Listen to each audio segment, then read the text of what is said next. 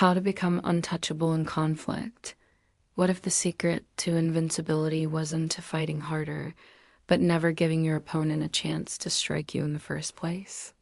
Sun Tzu believed that the highest level of skill in war, or in life, wasn't winning battles, it was becoming so well positioned that no one could touch you.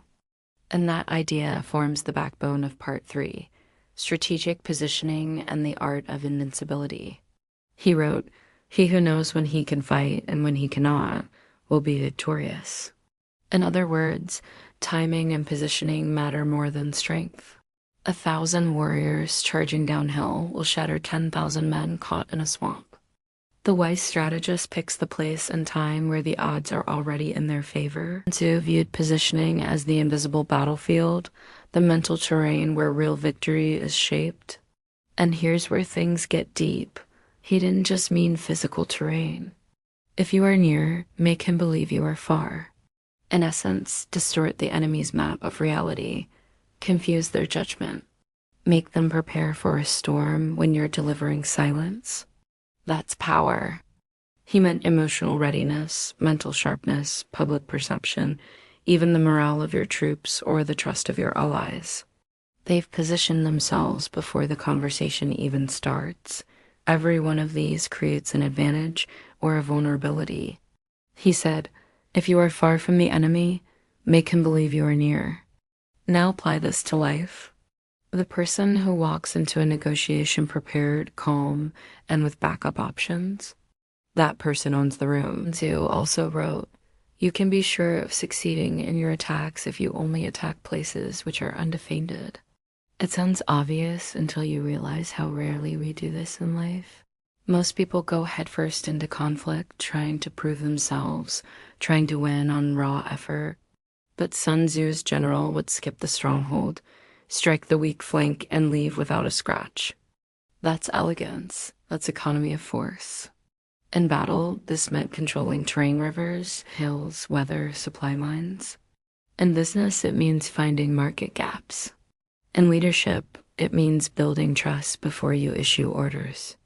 In arguments, it means staying emotionally cool when others explode. That's the high ground. Once you have it, you don't have to swing. Another powerful line, the skillful fighter puts himself into a position which makes defeat impossible. It's not about being aggressive, it's about being prepared. It's about moving before the enemy even knows a move needs to be made. Let's break this into 5 modern principles. The moment you're reacting, you've already lost control. If you want the upper hand, create the setting, the topic, the tone, the timing. That means don't speak when you're angry.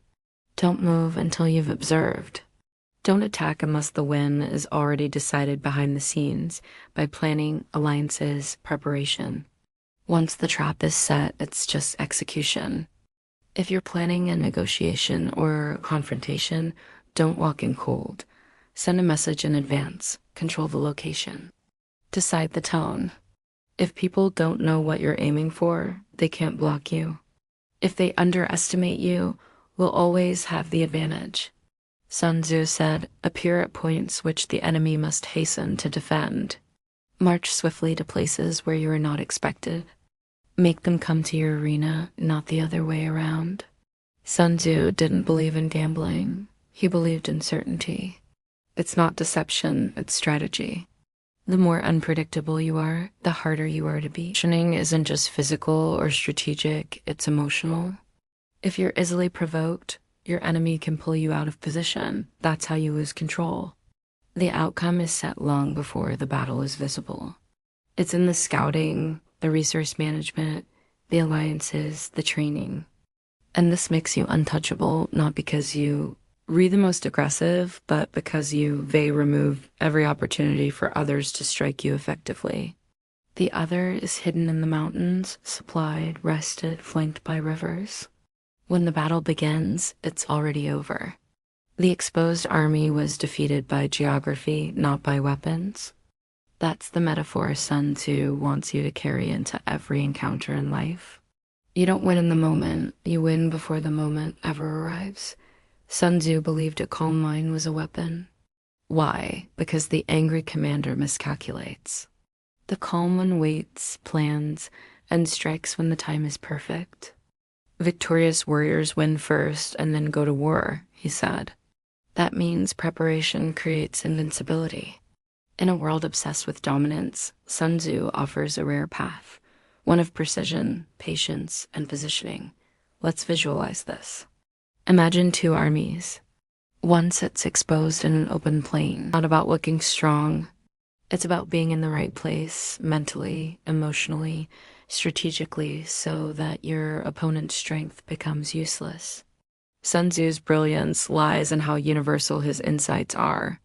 These aren't just battlefield concepts, they're ways to live, ways to lead, ways to navigate relationships, business, politics, or personal growth. And here's the hidden truth. When you master positioning, people start thinking you're lucky. They see your success, but not your setup.